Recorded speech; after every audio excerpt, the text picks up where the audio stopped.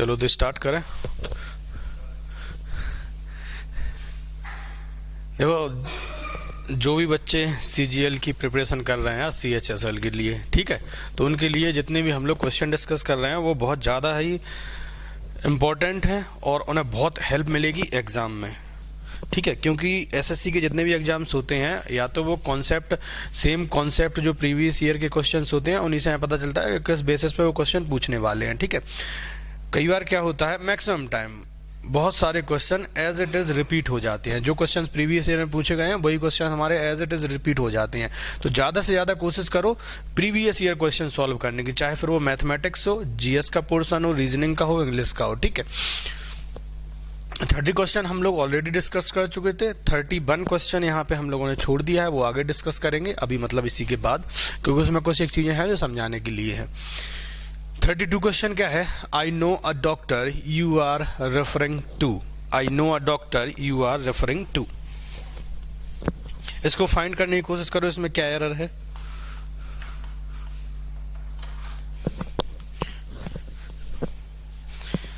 ठीक है, तो देखो आई यहां पर सब्जेक्ट हो जाएगा, इसी के हिसाब से हमारी यहाँ पर वर्ब आ गई। नो वर्ब जो होती है वो होती है हमारी ट्रांसटिव वर्ब। ये हम लोगों ने पहले भी देखा है एक क्वेश्चन में कि ट्रांसटिव और इंट्रांसटिव वर्ब क्या होती हैं। ट्रांसटिव वो वर्ब होती है जो अपने साथ ऑब्जेक्ट लेती है, इंट्रांसटिव वो वर्ब होती है जो अपने साथ ऑब्जेक्ट नहीं लेती है, ठीक है। ट्रांसटिव वर्ब है तो ये अपने बाद ऑब्जेक्ट लेगी, और ऑब्जेक्ट का जो काम होता है वो हमारे क्या करते हैं, नाउन और प्रोनाउन, या वो सारे फ्रेज या वो सारे स्ट्रक्चर जो नाउन या प्रोनाउन के तरीके से यूज हो सकते हैं, ठीक है। तो यहां पर हमें चाहिए I know a doctor, I know a doctor, I know a doctor you are referring to, ठीक है। पहले तो स्ट्रक्चर को समझ लो, फिर उसके बाद हम लोग फाइंड करेंगे कि एरर किस पार्ट में है।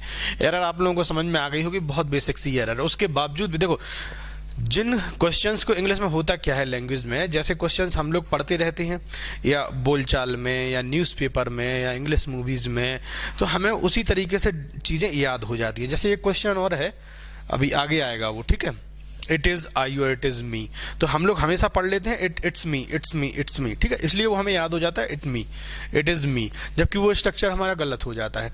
सेम जिन बच्चों को पता है वो तो आइडेंटिफाई कर लें कहाँ पे एरर है। जिन बच्चों को ग्रामर नहीं पता है, जिन बच्चों के कॉन्सेप्ट क्लियर नहीं है, उन्हें यहाँ पे भी गलती लग सकती है, यहाँ पे भी गलती लग सकती है, ठीक है। तो आई नो के लिए हमें ऑब्जेक्ट चाहिए था, क्योंकि ये ट्रांसटिव वर्ब है। ट्रांसटिव वर्ब के लिए हमारा एक कंप्लीट ऑब्जेक्ट हो जाएगा, ठीक है, यू आर रेफरिंग टू। ये पूरा ऑब्जेक्ट हो जाएगा जो हमारा काम करेगा क्लॉज का, ठीक है। क्लॉज जो हम लोगों ने डिस्कस किए, आई थिंक किए नहीं, पहले कुछ क्लासेस में किए भी है, अगर आपने देखा हो। क्लॉज क्या होता है, नाउन और प्रोनाउन के तरीके से फंक्शन करते हैं, ठीक है। हम ऑब्जेक्ट के तरीके से क्लॉज का यूज कर सकते हैं। तो यहाँ पर you are referring to, to के बाद हमें चाहिए था ऑब्जेक्ट। टू के बाद क्या चाहिए था, टू को कंप्लीट करने के लिए हमें इस प्रीपोजिशन का ऑब्जेक्ट चाहिए था, जो यहाँ पर अ डॉक्टर है। इस सेंटेंस को कनेक्ट करने के लिए इस डॉक्टर को, अ डॉक्टर को हम पीछे से आगे ले आए, ठीक है, पीछे से हम आगे ले आए। अब ये सेंटेंस हमारा कंप्लीट हो जाएगा, ठीक है।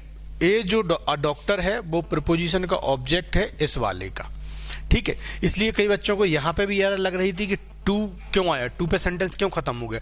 टू पे सेंटेंस इसलिए खत्म हो गया कि टू का जो ऑब्जेक्ट है वो यहाँ पर गिवन है हमें, ठीक है। तो इस पार्ट में कोई एरर है नहीं। आई नो, अब देखो आई नो यहाँ पर जब आप किसी को जानते हैं, तो किसी को जानते हैं तो वो पर्टिकुलर जो ऑब्जेक्ट हो जाएगा जिसकी बारे में बात हो रही है वो क्या हो जाएगा हमारा, डेफिनेट, ठीक है। तो यहाँ पर हमें आर्टिकल का एरर है, यहाँ पर हमें यूज करना होगा डेफिनेट आर्टिकल द, ठीक है, डेफिनेट आर्टिकल द का यूज करना होगा। ये यहाँ पर आर्टिकल, इनडेफिनेट आर्टिकल, ये आर्टिकल गलत है। सिंपल सा है, स्ट्रक्चर हमने डिस्कस कर लिया कि ये टू के बाद ऑब्जेक्ट जो है द डॉक्टर इस टू का ऑब्जेक्ट है, बट इसको लिया आगे क्योंकि इस पूरे कंप्लीट सेंटेंस को है मीनिंगफुल बनाना था। कई बार सेंटेंस में होता क्या है, वर्ड्स की रिप्लेसमेंट कर दी जाती है और सेंटेंस में कोई एरर नहीं होती है। बात समझ में आ गई। तो इस पार्ट में कोई एरर, सेंटेंस आपका क्लियर हो गया। इस पार्ट में एरर थी, बहुत बेसिक सा क्वेश्चन था, ठीक है। सेकंड क्वेश्चन पे आते हैं हम लोग। सेकंड क्वेश्चन में क्या कह रहा है, देखो हमारा टारगेट सिर्फ क्वेश्चन में एरर फाइंड करना नहीं है, जहां पे गलतियां हो सकती हैं या जहां पे हमें डाउट हो सकते हैं वो हर एक चीज हम कोशिश करते हैं डिस्कस करने की। नेक्स्ट क्वेश्चन क्या है हमारे पास, द इंट्रोडक्शन, ज्यादा से ज्यादा क्वेश्चन सॉल्व करने की कोशिश करो प्रीवियस ईयर के। आप जितने ज्यादा से ज्यादा क्वेश्चन सॉल्व कर लोगे ना, जितने ज्यादा से ज्यादा क्वेश्चन आप आंखों से देख लोगे, उतने ही जल्दी आपको एग्जाम में वो क्वेश्चन दिखने लगेंगे, समझ में आ जाएंगे कि इस टाइप का क्वेश्चन हम पहले कर चुके हैं, इसमें किस टाइप का कॉन्सेप्ट काम करता है, ये सारी चीजें। ठीक है, बैंकिंग में हालांकि ऐसा नहीं होता है, बैंकिंग में कई सारे क्वेश्चन, मैक्सिमम क्वेश्चन हमारे नए होते हैं, डेटा नया होता है, बट एसएससी के सारे एग्जाम में हूबहू क्वेश्चन मिलने के बहुत ज्यादा चांसेस होते हैं। 33 क्वेश्चन क्या है, the introduction of job oriented courses. देखो द इंट्रोडक्शन है, यहां पर हमारा सब्जेक्ट हो जाएगा द इंट्रोडक्शन ऑफ, इंट्रोडक्शन किसका, ऑफ जॉब ओरिएंटेड कोर्सेज का। ठीक है, यहाँ पे पार्टिसिपल है हमारा, ओरिएंटेड, और यहाँ पर ये हमारा नाउन है। तो इस पार्ट में कोई एरर नहीं है, the introduction of job oriented courses, कोई एरर नहीं है यहाँ पे, तो कोई और होने के चांसेस नहीं बन सकती है। कोर्स का कोर्सेज किया जा सकता है, सिंगुलर से प्लूरल बनाया जा सकता है, इंट्रोडक्शन हमारा यहाँ पर सिंगुलर हो जाएगा। In the self financing colleges, in the self financing colleges, ये पूरा जो है ना प्रीपोजिशनल फ्रेज बन जाएगा यहाँ से यहाँ तक, और कॉलेजेस। मैंने कई बार बताया कि प्रीपोजिशनल जो फ्रेज होते हैं उनमें गलती होने के चांसेस बहुत कम होती हैं या नहीं होते हैं। ठीक है, the introduction of job oriented courses in the self financing colleges attract many students. तो यहाँ पर देखेंगे जो हमारा सब्जेक्ट हो जाएगा वो हमारा क्या है, जो हमारा सब्जेक्ट हो जाएगा वो हमारा हो जाएगा सिंगुलर। ठीक है, सिंगुलर सब्जेक्ट हो जाएगा, और ये सिंगुलर सब्जेक्ट जो लेगा अपने साथ वर्ब लेगा, वो क्या लेगा, हमारा सिंगुलर वर्ब लेगा। यहाँ पर ये वर्ब का जो फॉर्म गिवन है वो हमारा प्लूरल में गिवन है। ठीक है, तो यहाँ पर यही इस पार्ट में एरर है, प्लूरल ना लेकर हमें यहाँ पर सिंगुलर वर्ब फॉलो करनी पड़ेगी, क्योंकि सब्जेक्ट वर्ब एग्रीमेंट का जो कॉन्सेप्ट होता है वो यही होता है कि अगर हम एक आदमी की बात कर रहे हैं तो वर्ब भी उसमें एक आदमी जैसी लेनी पड़ेगी, सिंगुलर है तो सिंगुलर यूज करना पड़ेगा। ठीक है, बात समझ में आ गई। यहां पर हमें एस लगाना होगा, अट्रैक्ट्स, और हमारा क्वेश्चन सही हो जाएगा। ये पूरा प्रीपोजिशनल फ्रेज है, इसमें किसी पार्ट में एरर नहीं है, और prepositional phrases can not be a subject और ऑब्जेक्ट इन अ सेंटेंस। किसी भी सेंटेंस में सब्जेक्ट और ऑब्जेक्ट बनने के जनरली चांसेस नहीं होते हैं प्रीपोजिशनल फ्रेज से। ठीक है, तो इस पार्ट में हमारा एरर क्लियर हो गया। कहां पे एरर था, अट्रैक्ट्स, अट्रैक्ट का जो है अट्रैक्ट्स होना था। 34 क्वेश्चन देखेंगे, 34 क्वेश्चन क्या है,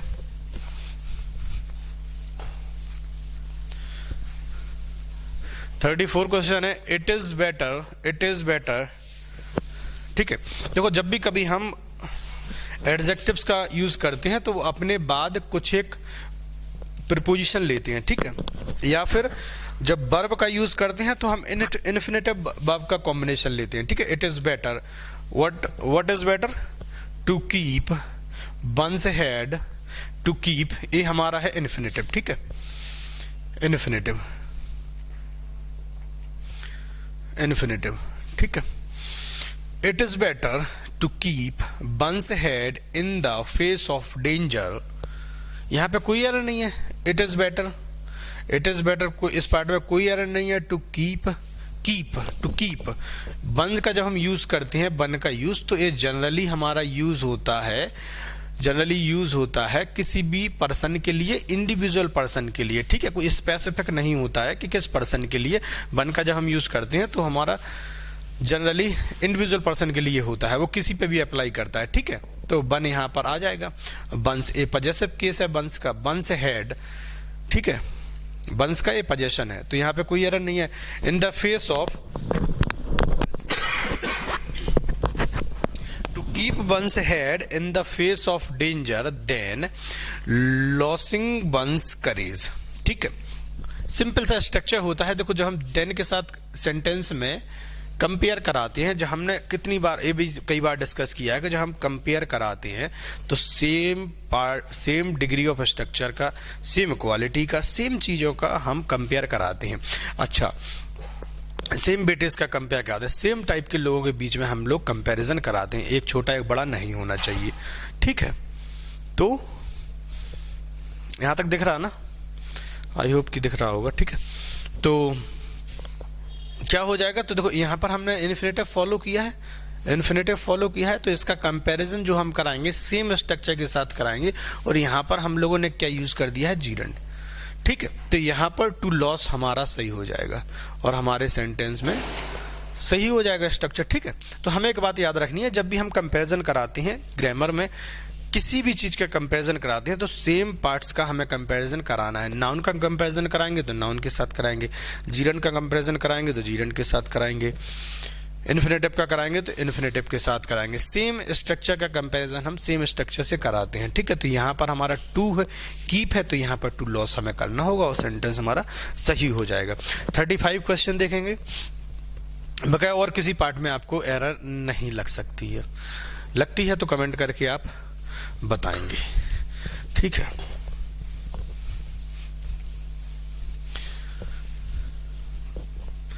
$35 क्वेश्चन क्या है? The short story should not exceed more than 200 words, ठीक है। बड़ा सिंपल सा है। द शॉर्ट स्टोरी, सब्जेक्ट है, सिंगुलर सब्जेक्ट है, सिंगुलर सब्जेक्ट है, हमारी मॉडल वर्ब यूज ही है। सब्जेक्ट अगर हमारा सिंगुलर हो या प्लुरल हो, इससे कोई फर्क नहीं पड़ता है अगर हम लोग मॉडल वर्ब यूज करते हैं, ठीक है। तो यहाँ पर शुड यूज हो जाएगा। नॉट एक्सीड, एक्सीड जो हमारा है, एक्सीड वर्ब का जो यूज है एक्सीड का जो यूज है वो हमारा, उसका मीनिंग होता क्या है? एक्सीड का मीनिंग होता है more than something, more than something. तो पिछली क्लास में भी हम लोगों ने एक वर्ड डिस्कस किया था कि उसमें एक मीनिंग हिडन था पर्टिकुलर वर्ड में, ठीक है। तो कई बार क्या होता है कि जब वर्ड्स में मीनिंग होता है तो हम प्रपोजिशन या कोई भी चीजें उन जो जिस टाइप का मीनिंग होता है वो वर्ड्स हम उनके साथ यूज नहीं करते हैं। तो यहाँ पर एक्सीड का मतलब एक्सीड समथिंग होता है एक्चुअली, ठीक है। एक्सीड समथिंग, ये हमारी ट्रांसटिव वर्ब होती है, एक्सीड समथिंग। तो इसके बाद हमें मोर देन का यूज नहीं करना है, क्योंकि एक्सीड का मीनिंग ही होता है मोर देन समथिंग। जब मोर देन समथिंग यूज ही होता है उसका, तो हम दोबारा उसमें सुपरफ्लुअस एरर नहीं बनाएंगे। मतलब सुपरफ्लुअस का मतलब क्या है कि एक वर्ड में दो से ज्यादा मीनिंग कन्वे कर रहा हो तो उसमें उसके जैसे और वर्ड्स हम कनेक्ट नहीं करेंगे, ठीक है। तो एक्सीड क्या हो जाएगा? मोर देन समथिंग ऑलरेडी होता है तो यहां पर हमें मोर देन हटाना होगा। एक्सीड 200 वर्ड्स, ठीक है। इसका मीनिंग क्या हो जाएगा? एक्सीड 200 वर्ड्स, और हमारा ये भी सेंटेंस सही हो जाएगा। अच्छा, 31 एक क्वेश्चन हमारे पास था, उस क्वेश्चन को हम लोग और डिस्कस कर लेंगे, क्योंकि सबसे ज्यादा एरर उस क्वेश्चन में थी। मतलब 4 ऑप्शंस होते हैं हमारे पास सही गलत करने के, उसमें जो ऑप्शन लास्ट वाला था हमारा, जैसे ए हो गया, बी हो गया, सी हो गया, डी हो गया, तो इस पे जो एरर थी वो आई थिंक 7 बच्चों का था जो आंसर जिनने सही किया था, और इन सभी में 50 से ज्यादा लोग थे, 50 से ज्यादा लोग थे, ठीक है। वो क्वेश्चन क्या था, वो क्वेश्चन हम लोग देखेंगे।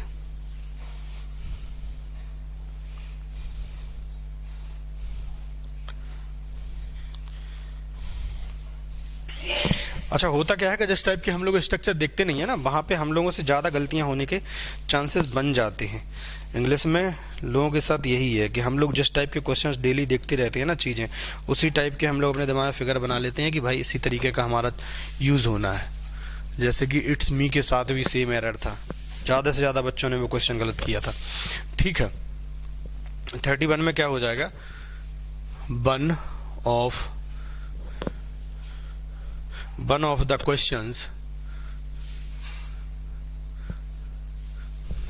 questions he asked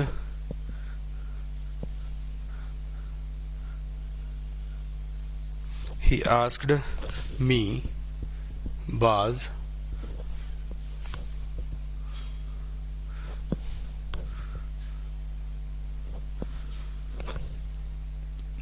who did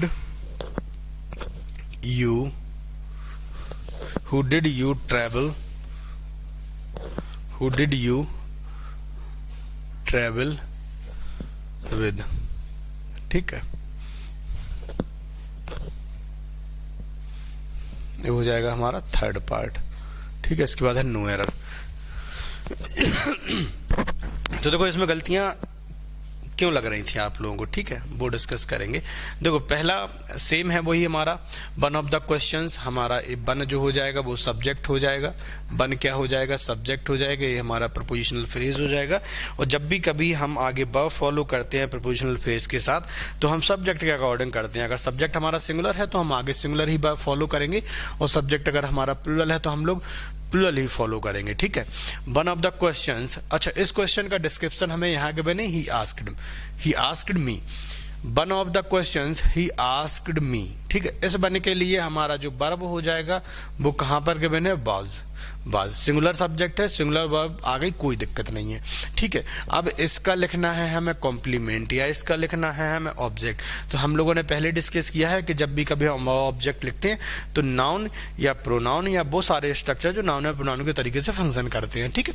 तो यहाँ पर इन्हें लिखना एक्चुअल में पता क्या था, आप लोगों को गलती ये लग रही होगी इसमें, या तो देखो यहाँ पे गलती लग सकती है, ठीक है। जब भी कभी ये देखो इस टाइप का अ डॉक्टर हम लोगों ने अभी डिस्कस किया, अ डॉक्टर, तो जब भी कभी हमें सेंटेंस को कनेक्ट करना होता है या कई बार मीनिंगफुल बनाना होता है तो लास्ट में जो प्रपोजिशन होती है उसके ऑब्जेक्ट को हम आगे लिखते हैं, ठीक है। अगर इस सेंटेंस को हु की जगह यहाँ पर जैसे मैं ऐसे लिख दूं, did you travel with whom, ठीक है, did you travel with whom, ठीक है। तो ये क्या हो जाएगा हमारा, ट्रेवल विद, प्रीपोजिशन का ऑब्जेक्ट होगा तो ऑब्जेक्टिव केस में लेना पड़ेगा हमें, तो हु का हुम हो जाएगा यहाँ पर, वो सेंटेंस हमारा सही हो जाएगा, ठीक है। इसमें कोई एरर नहीं है इस पार्ट में, सेम इस पार्ट में भी कोई एरर नहीं है। अगर इसको हुम को उठाकर हम यहाँ हु बना के डाल देंगे तब भी हमारा कोई एरर नहीं है। सेंटेंस को कई बार हमें कनेक्ट करने के लिए एक वर्ड की जरूरत होती है, उसको हम आगे ले आते हैं, ठीक है। तो इस पार्ट में ग्रामर के में कोई एरर नहीं होती है। तो यहाँ पर हमने, अच्छा जब ये आगे आ जाएगा तो ऑब्जेक्टिव केस से फिर चेंज हो जाएगा, फिर ये आपका बन जाएगा सब्जेक्टिव केस में। सेम इस पार्ट में हुआ है कि हु यहाँ पर आ गया है। अगर इस पार्ट में आपको गलती लग रही होगी तो हु जो है प्रीपोजिशन विद का ऑब्जेक्ट है, जो यहाँ पे था उसको हमने आगे डाल दिया है, ठीक है। और कहाँ गलती लग सकती है, यहाँ पर देखो आप इन्वर्टेड कॉमा देखेंगे, one of the questions he asked me, same as it is इसने यहाँ पर कोट किया है। नरेशन हमने पढ़े होंगे, जब भी कभी इन्वर्टेड कॉमा में लिखते हैं तो सेम एज इट इज जो बात पास्ट में बोली गई है वही हम डायरेक्ट यहाँ पर लिख देते हैं, कोई भी चेंज नहीं करते हैं। तो इस पार्ट में कोई एरर नहीं है। ये जो क्वेश्चन मार्क लगा है वो इस इन्वर्टेड कॉमा के अंदर लगा है, ठीक है। तो ये जो क्वेश्चन मार्क है वो इस वाले स्ट्रक्चर के लिए है, ना कि कंप्लीट स्ट्रक्चर के लिए, ठीक है। इस पार्ट ये क्वेश्चन मार्क जो है इस स्ट्रक्चर के लिए है, ठीक है, कंप्लीट स्ट्रक्चर के लिए नहीं है। क्योंकि ये वाला जो सेंटेंस है वो हमारा असर्टिव सेंटेंस है, पॉजिटिव सेंटेंस है, इसमें कहीं क्वेश्चन नहीं पूछा जा रहा है, इसमें बात बताई जा रही है, रिपोर्ट की जा रही है। One of the questions he asked me was, जो क्वेश्चन था, वन ऑफ द क्वेश्चंस जो क्वेश्चंस थे उनमें से एक क्वेश्चंस ए था जो उसने मुझसे पूछा था, वो ए था who did you travel with, मतलब इसका मतलब क्या है कि आप किसके साथ घूमने जा रहे हो, जो भी है, ठीक है। तो ये क्वेश्चन मार्क जो आया है वो इस इन्वर्टेड कॉमा में गिवन सेंटेंस के लिए आया है, उसका इस पूरे स्ट्रक्चर से कोई लेना देना नहीं है, ठीक है। तो बात समझ में आ गई, इस पार्ट में कोई एरर नहीं है। One of the questions he asked मी, हमने वर्ब देख ली, कोई प्रॉब्लम नहीं है। इस पार्ट में एज इट इज रिपोर्ट किया गया है, इस पार्ट में भी कोई एरर नहीं है। तो इस कंप्लीट सेंटेंस में कोई एरर थी ही नहीं, ठीक है। बात समझ में आ गई। अगर आपको देखो इस टाइप के क्वेश्चन जो है हमारे वो नाउन क्लॉज में पूछे जाते हैं, ठीक है। नाउन क्लॉज को थोड़ा सा ब्रीफ में हम लोग डिस्कस करने की कोशिश करेंगे। जैसे कि यहां पर मैं एक क्वेश्चन लिखता हूं,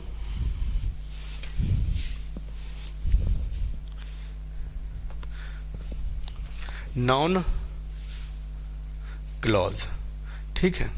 नाउन क्लॉज में एक्चुअल में होता क्या है कि कई बार हमें इनडायरेक्ट क्वेश्चन को रिलेट करना होता है, इनडायरेक्ट क्वेश्चन को रिपोर्ट करना होता है। इनडायरेक्ट क्वेश्चन बताने के लिए हम नाउन क्लॉज का यूज करते हैं, ठीक है। वो डायरेक्ट क्वेश्चन नहीं होता है।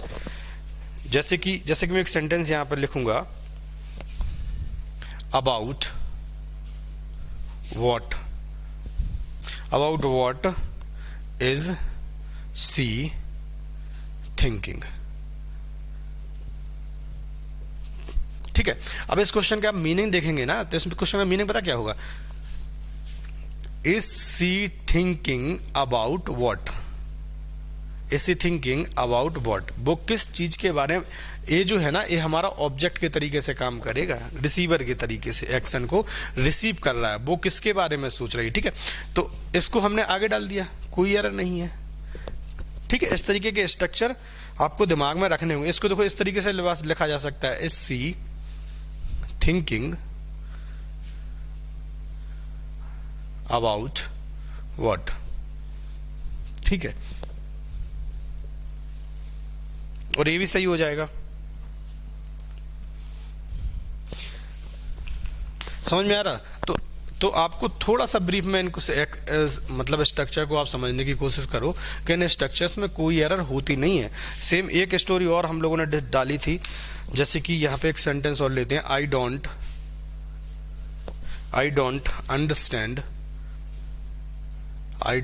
Understand what a noun clause is, ठीक है। I don't understand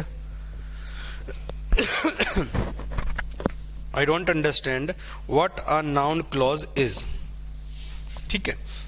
I know her name, I know what her name is, I don't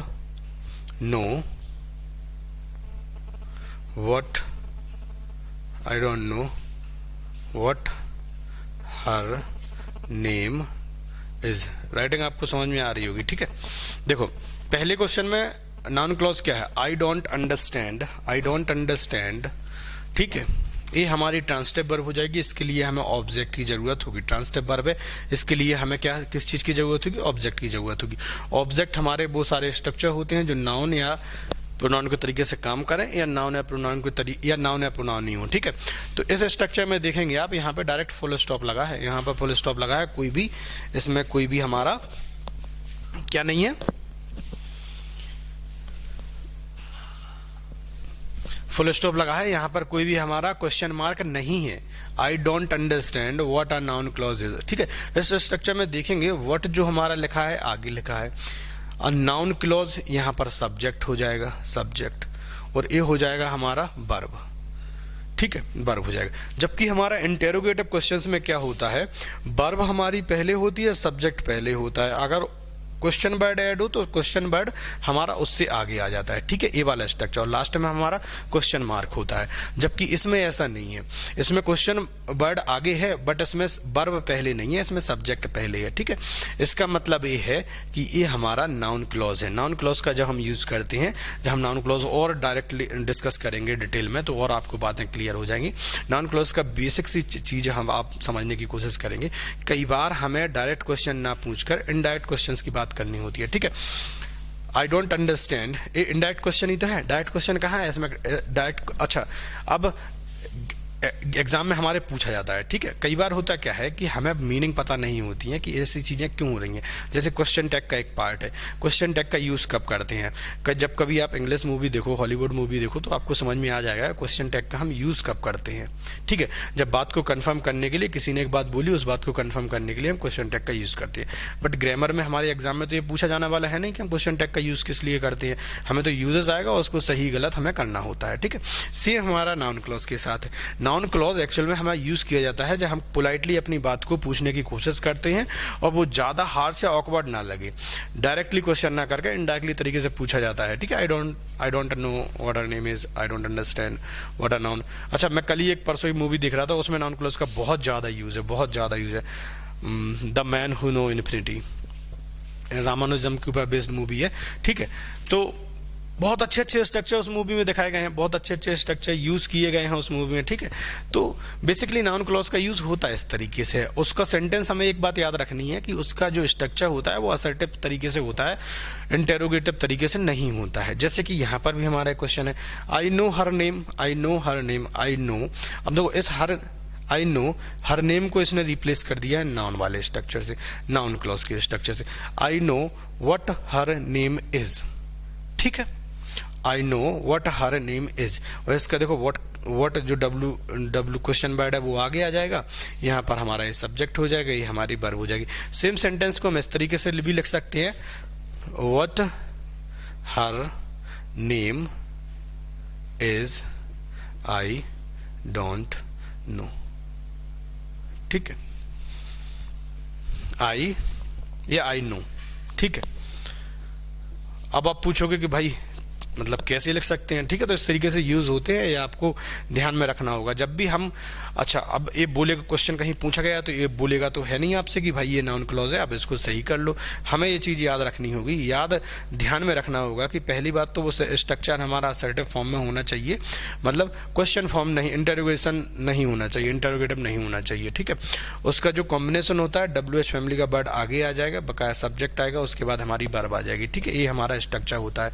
noun clause function करते हैं हमारे किसके तरीके से, सब्जेक्ट या ऑब्जेक्ट या नाउन के तरीके से। दूसरी बात क्या याद रखनी है कि नाउन क्लॉज में अपना खुद कंप्लीट सेंटेंस होता है, नाउन क्लॉज कंप्लीट स्ट्रक्चर होता है, अपनी खुद की वर्ब होती है, अपना खुद का ऑब्जेक्ट होता है, सब्जेक्ट होता है, सब कुछ होता है, ठीक है। ये बात आपको याद रखनी है। Her name is what, actual में ये वॉट जो है वो पीछे यहां से आया है, हर नेम इज वॉट, इसी से ये सारे क्वेश्चन ड्राइव हुए हैं, तो आपको समझ में आ गया होगा। I don't know what her name is, what her name is, I don't know what her name is, I know, ठीक है। तो आपको ये ब्रीफ में बातें समझ में आ गई होंगी नाउन क्लॉज के बारे में, कि नाउन क्लॉज जो होता है वो सेंटेंस को, स्ट्रक्चर को थोड़ा सा और मॉडिफाई करके खूबसूरत बना देता है, पहला यूज।